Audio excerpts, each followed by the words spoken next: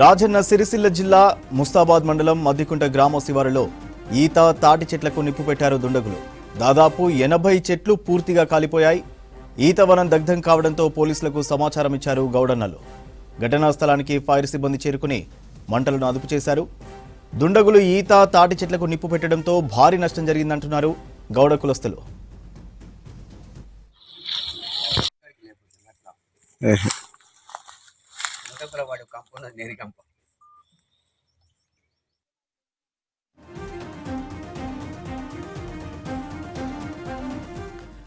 రాజన్న సిరిసిల్ల జిల్లా ముస్తాబాద్ మండలం మద్దికుంట గ్రామ శివారులో ఈత తాటి చెట్లకు నిప్పు పెట్టారు దుండగులు.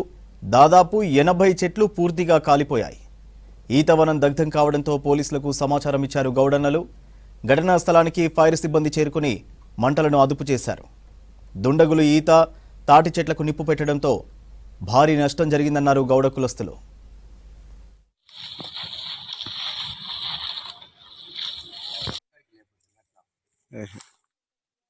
ఎదిగిన తాటి చెట్లను దహనం చేయడం జరిగింది.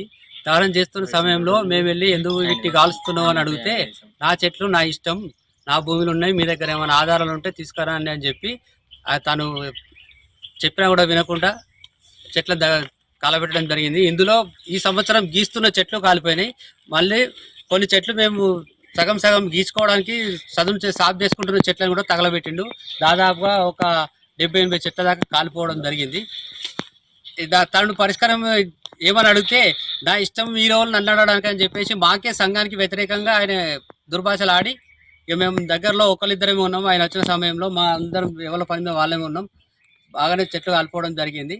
తను వెంటనే స్థానిక ఎస్ఐ గారు ఫిర్యాదు చేయడమే కానిస్టేబుల్ సార్లు పంపిండు. తను తీసుకుపోయి వాళ్ళ దగ్గర హ్యాండ్ ఓవర్ చేసుకున్నారు.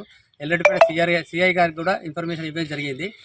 సార్ తొందరగా ఫైర్ స్టేషన్ కాల్ చేయడం జరిగింది. ఫైర్ స్టేషన్ అందుబాటులో అంది. మాకు ఇప్పుడు ఇదంతా చల్లార్చడం జరిగింది.